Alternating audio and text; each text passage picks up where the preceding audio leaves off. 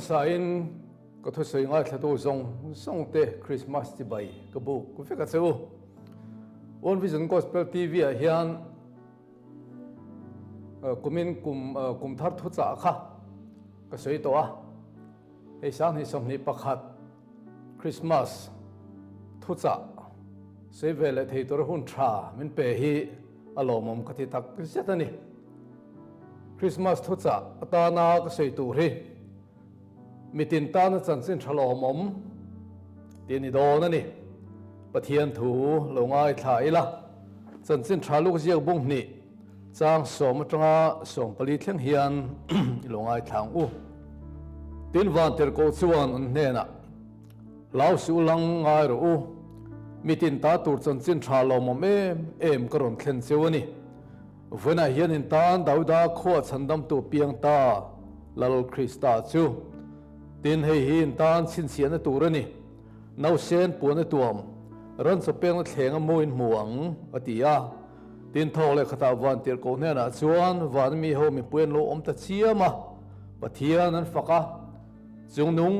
bera Pathian ro pui takinom ro se leichunga lom mi hring te hna rem thu leng ro se anti a thokan chiral parmal min som ro se kan han siar ta kha lalpa van tir kovin biram veng tu hne na lali suwa pian thu hria ti na ani a Christmas apiang hei chu kan siarin kan ngai thla na Chanchin pathum na ziak tu luka hian lalpa van tir ko ming hi enge ni hela hian min thil lo tlat maya zona pian tur tho soina te mari hne na iso pai tur thu a hria ti na khanin Gabriela ani thu a hrila hela hi chuan a ming a soi lang lova lalpa van tir ko tin ringon maya a pian thu hril tu bok khi van tir ko Gabriela ani tura po han ngai phut mai la tho me tin beram veng tu te chung chang a po hian engzat nge ni a tu te nge ming ti hi luka sia kan tar lan ani lova khem be tu kut bor chu ti le khabu ziak tu Jeffletter re chuan a le khabu ziak a chuanin beram veng tu te pathum ani a an ming po Ephraim ate Daniel ate Isaac ate ni tin chiang takin ziak nge ni amaro chu nya Chanchin kan mu ve lem lo ania wangin Bible mi ang em an oi tur phejong ka ngai lova e kan thupui kha kan thria dangin mitin Tana Chanchin Lawmawm ti ni a e khovela hian Chanchin tak om rolin Chanchin lo le lungchia thlak tak po tam hle ni ti hre tu vek kan ni a kan khovel hun tong me ka phei chuan Chanchin Lawmawm lamain a Lawmawm lo lampang zo ka hi hria tur atam do zo dei ni te poina langa engwang Chanchin Lawmawm nge kan Myanmar u nau te bo ruak hangai tu phei chuan Chanchin Lawmawm lo hi an nga hle mai ni tin mai hian anin that treu reng mai ni ti kan thria a tin hei a khovel huap ang zong puin COVID-19 in tiang hian mitam tak asuata mitam takin tu na hen la tur me ka chu tiang din huna chuan kan ding ni ti kan hre me he tiang bo ruak kara kan khosak mek laia mi zong Tana Chanchin Lawmawm lali suwa Chanchin sei tur kan nei hi vena hian a Lawmawm hle in ka hria engwang Chanchin Lawmawm ni nge ni he zo na hi apoi mo hle maya toy te na tiang hian kan sang diet do na ni pakhan na chuan mitin ta tur Chanchin ani wang na Lawmawm ni ti phot mai la ama pujo tan asoyang devin khovela hian mitin ta tur thasi lo si Lawmawm bok si hi awang le maya kan thil mu thadeu te hi chu mani tan tin mà ni ham thana turin kan hoi deu zelamon ti turani a min sang ve sela nei ve sela mu ve sela tinare ro hi putahar khop maya sum dona khovel ta pon thirila ma nin nei vekila anin nei ve lo sela khe ve lo sela ke hian chang vekle tinare ro hi tam tak chuan kan puzok thin ni na lang ani azoram boruak ang zong ta pan clear tai la mizom ringot po hi mi zong zong ta na thatur le lim na tur hi mizoram ma po hian awang ang reng le ni hina langa sorkha thar loading thin ta po hi kan thria ati ra chuan an thadon le mai kan tia a rei to la mi pui sorkha ni tur kan ngai lain party sorkha lo ni le mai jok thina tu te mon ham thre em tu te mo chan chu che em chu tiang chu alo ni zel mai ni ta poin alang ani MEP kan ti te NLP kan ti te na ruak chi sang le contract da te taxi permit thlengin tu te party mo ta tur te alo ni le mai thina party dang chuang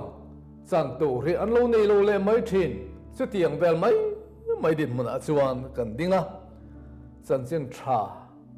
lali so le chan dam na chanchin tha mitin tan ani na hi heng ngai tu hen ro pui em thin ani tu te mo anom line tu te mo chuan vuya an lom line tu te mo chuan vuya chu tiang reng chu kan din mun hi ani fo thin ani ko han pakhata poin hei kan loi tlang hleithei lova ama khop maya kan ko ran tha ani ko ran tha lo tinari ru te hi tam tak chuan kan pu thin ani kan du hi athum hun lo mai lom thin ni na langa chu tiang ni lai chuan chanchin tha chu mitin tan ani tlat ani ti hi vina hian kan thriat ka du a mitin ta tur chanchin tha lali sualo piang hi big tiom ve hau lova kovela nam tin sitin tan dai lo le pol big la ro lo om ve lo mitin ta tur chanchin tha lo mo em ti lo chi ani lo vani mi ngo tan ani a mi hang tan ani a vun eng le mi zong huap ani ti hrethar le ta ila mire thei le mi hausa million le mi te chung zong tan chuan mi fing le mi mol deuh tan po ni thu sei thiam le thu sei thiam lo tan po ni tiang chuan mi zong tan chanchin tha lawmawm em ani ti hria ila hemi hi dar thlanga po manghal ta ila ke ni po chanchin tha mitin ta na lali suan min pek dong tu te kan nia chu wang tu te ta na chu mnung lovin mi zong thian ni thei turin mi zong tan mal som ni thei tur kan in buatsaih ve huap zo ring tu kan ni ve hi apoi mo ni ti voina hian he Christmas ni ro pui tak mitin ta tur chanchin tha lo thlen ani hian chu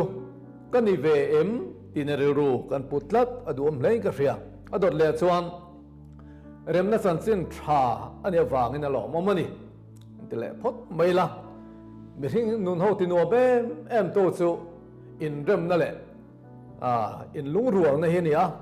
chung kwa po hen kan in lung ruang lova kan in rem lova kan in ti neu chuang anuam thei reng lova ni mi hring nun ngai no ti be tu po hi midang terem thei na le lungrual taka om thei na hi ni ti kan thre ome hei khovela sarkar ta po boruak tha anei thei na te anin rem thei na te ni palai ton thina ambassador te in tir ton thina ni ti kan thria tin khovel huap po uno alo ding te po hi khovela rem na le muan na om the tur ta na loading te po ni hei police kan ne na chan te sipai ram sang ina kan ne na chan te po hi ram chunga rem na le muan na kan do wang yang po hi nei kan ni ti la asual tampui om lo ve eden bo chiat na wangin van le khovel nge po in misanin in mel mai kan oma lali sual cross thi sen mangin van le khovel in remin kan oma dir ko polange in hei hi across thi sen chuan rem na lo siamin ama chuanin kim ama ne in rem tiri palung ni zong takani si a ama chuanin kim ama ne in rem tiri palung ni zong takani si a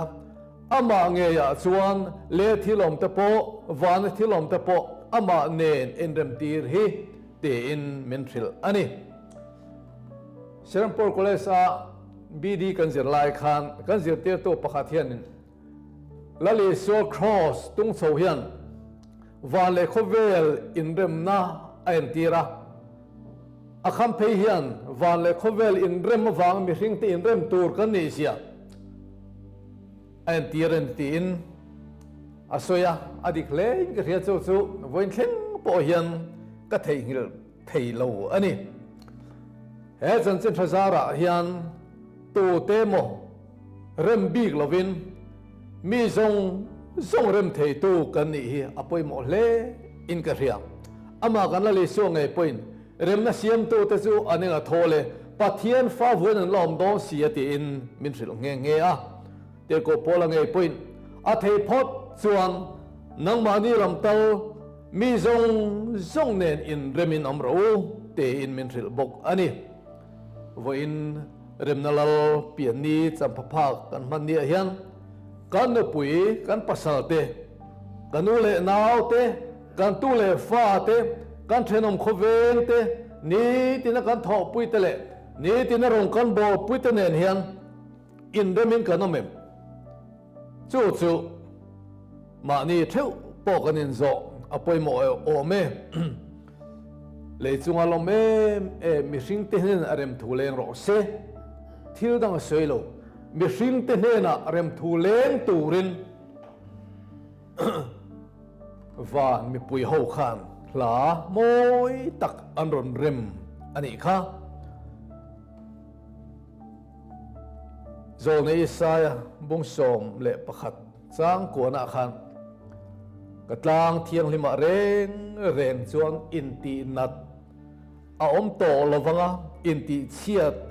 om to hek lovang tin kan mua lali su Krista sor khar na nuai a chuan alal na nuai a chuan in rem lo naum don lo in ti nat om to don lo wani tin zol nei hian alo sei lok ani tin midang terem tura poi mo em chu ngai tlom na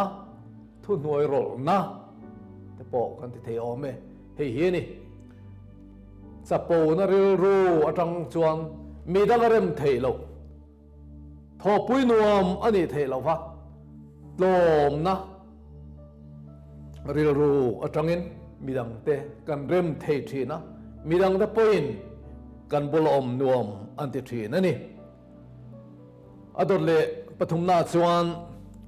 dam na Chanchin tha ania wangin a Lawmawm anti le taila khovela hian min ti dam lo thei tu thupui hei kan hria leng me ani ti kan hria heng baga po het nan na chi sang he thupui lo chu ma point tam em maya kan sar te man na tang toin tam em maya HIV AIDS te malaria kan ti te pneumonia kan ti te le nana dang le hri dangin mi suat na sa em to ni ti kan hria ni ti na dam doina in an tir thin te le doctor an clinic in an tir thin te poi kan tam hle o min ka hria chia tai la Mizoram chung angot po hian nimin khan sister pakhat ka zota Azol hospital OPD akhianin yanan tir hi a hria thehdarh Lawmawm katia thakhat chungin siang thum zaruk somko pathum anin an tir thin ti kha mi ron chan na ani tlat mai ni kum khat chung phei chuan kan tam hle dong ti na ni thakhat chung po siang thum zaruk som ko pathum en an tir chuan kan dam lo na sa hle ani ti po chiang hle maya sarkar hospital rang rang mi le private hospital te han bel khom ta ila Mizoram chuang ngop po hian dam lo kan van lo tam te lul em ti hei hian ati chiang hle in ka hria voi khathanin an tir na tur ta ngop po hian tun lai phei chuang ki niang sum nei tam lo tan phei chuan hau tak ol hle ani ti po kan thelo mo me kan lali suwa hi kan taksanat na mai ba ka kan ro kan Thlarau min ti dam tu ani ti ta poi voin a hian thar le ta ila zol nei sai chuan avuang na volte ti damin kanom ta tin min thrila khovel ma wanga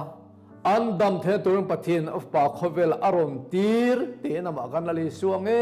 point min thrila voin hi khovel le lung ti sa aron ra tran tir na champha ani he hul kan man mek la hian kan lali so min ti dam turin khovel hen alo kal ani ti thre ila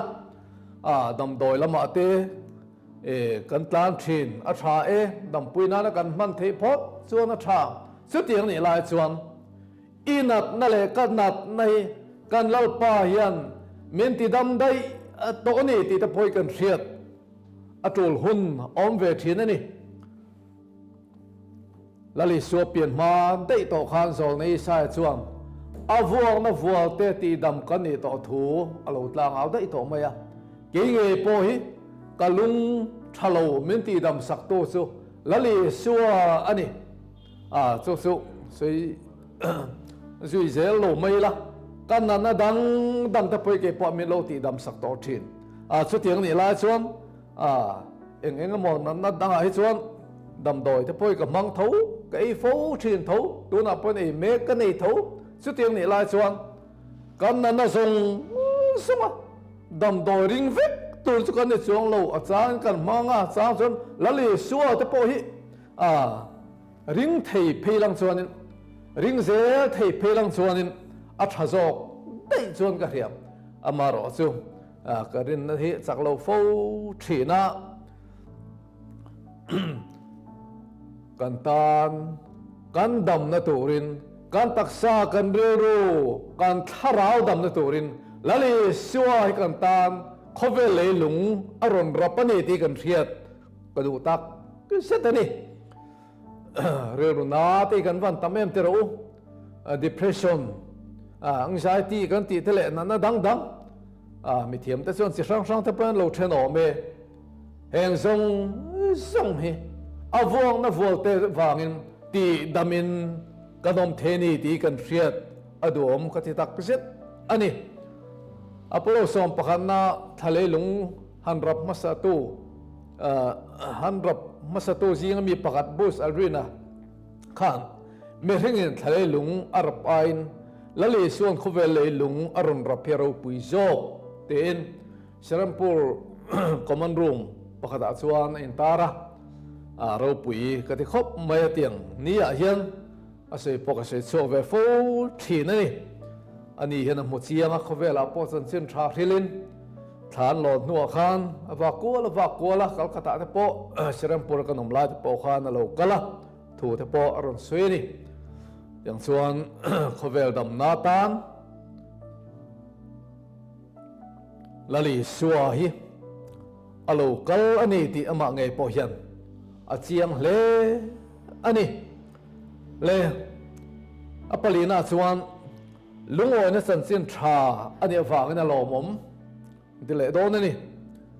khovela thil hmuhnawm ber chu lungoi mel hi ni an ti thina adik viu point garinga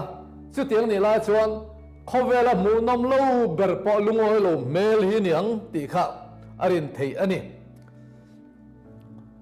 tir ko pola po kha ahun masalama chuan athiam na le asa khomi na khan ati lungoi chuang reng lo Damascus dae engin chun thua Lalpiangthara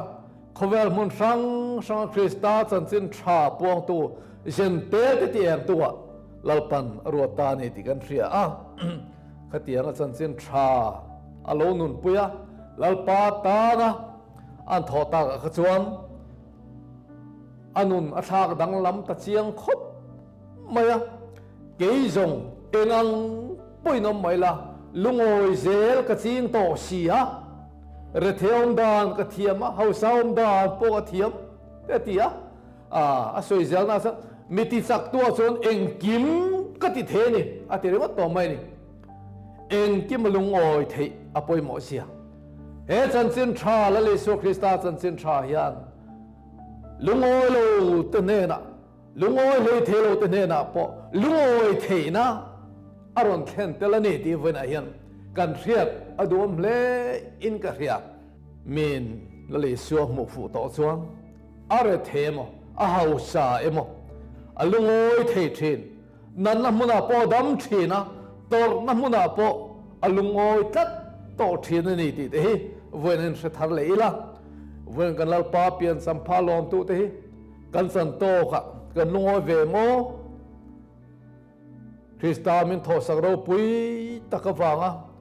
lungoi zel ching mi kani ve em mani theu in bi ila heni ro pui taka hian mi thil nei owang lungoi lo renga hun mang kaning ti te po hi lawm hlei ka hria voin hi kan lungoi na ni tura lalpan min pe kani ti hi i hriang o pangana le ato ber tan chuan he chan dam san sin Lawmawm hi khovel kan hria ti tur ni ti hi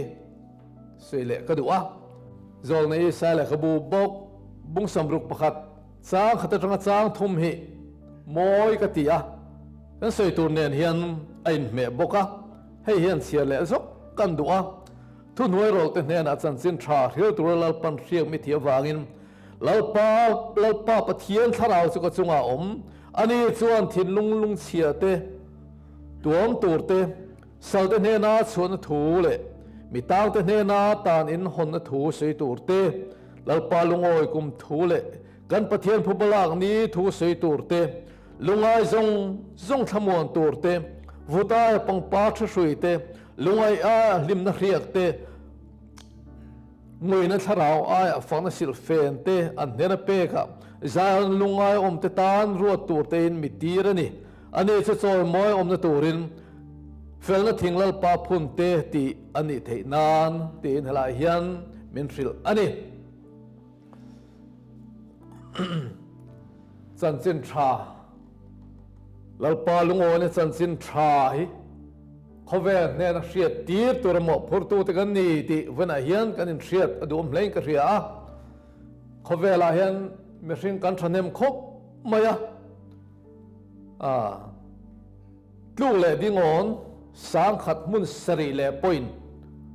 pakua kanomani 7.9 billion chu khovela hian tu na mi hring kanom mek ni in Google lama chuan dani as a biang zong an chut in Christian hi khovela somthum pakhat point pakhat vel kan nia tin sa khodang zong le sa khoni lem lo kan tiang chi hi samruk le za samruk pariat point pariat pakua anom ani tin khovela hian tong se sang bang tu the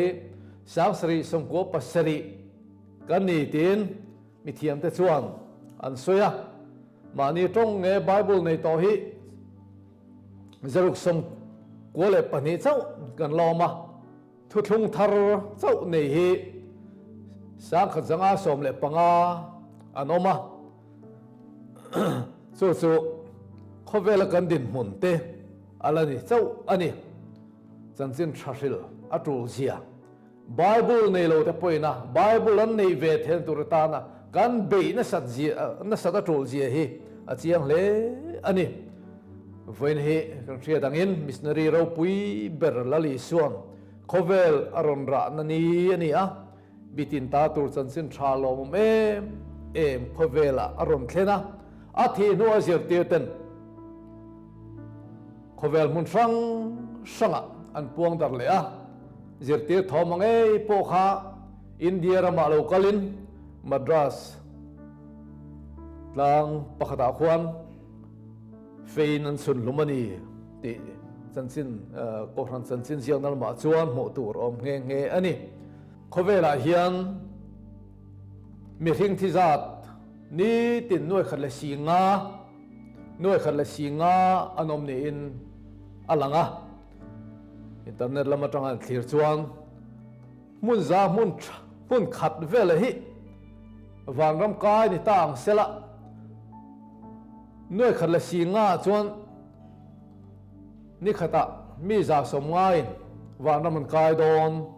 abak zong sa sem huna antla don ani ti khap a chiang deng maya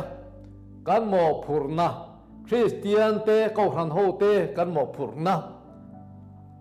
chanchin tha thil na kong ai na san sia lai tangot po hian a chiang le ina langani dial mudia khan ka thil ria zong zonga chuang chanchin tha hi a thabera chu wang zon ni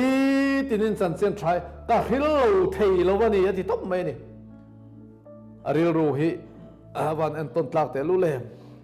hil lo thei lo ti ma mo ka chunga ta ni ti pol na soyang ril ru kha ke ni point kan put ve adu om hle mai rom bung som chang som pali khan tir ko pol vekin a thuan hriar lo ba chu eng tin ngen rinang thuril tu om lo vin eng tin ngen hria tang ti kan mua silani lo chuan an ma ni an thengot don lo voina he to te hian hria tir kan mo phurna ni ti hi he ni ro pui taka hian hria ila voina kan ta na chen thalawmawm mi ala helo te tan po remna chanchin tha ani ti hria tir kan ba damna chanchin tha ani ti te